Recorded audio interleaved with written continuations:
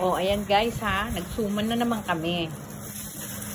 Kasi nga, meron na kami supplier ng dahon. Ay. Kaya, sa maraming nagre-request nitong suman na dating by order ngayon arawin na natin. O diba, kaysa magtinda tayo ng kung anong ibang produkto, di yung sariling atin ang gawin para tangkilikin. So, ganyan siyang salansuman. Yan ang aming mahiwagang lasuman. Stainless na pinasadya namin na guys. Na maraming patuloy. Pwede ito sa sapin-sapin, sa suman, at kalaman.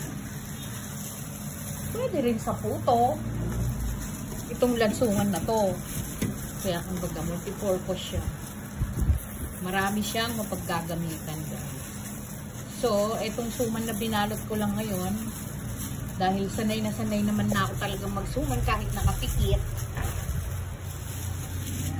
30 minutes ko lang binalot. Ngayon ay, ito na siya.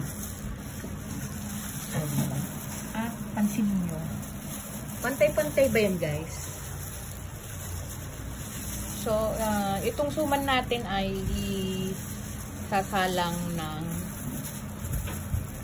ang pagluluto niyan steam, kaya nakalagay siya steamer. Pwede rin yan mag-steam na kung ano. So yan na siya guys, may sasalang na yan, kaya bukas available na uli ang ating araw-araw. Moriyetas.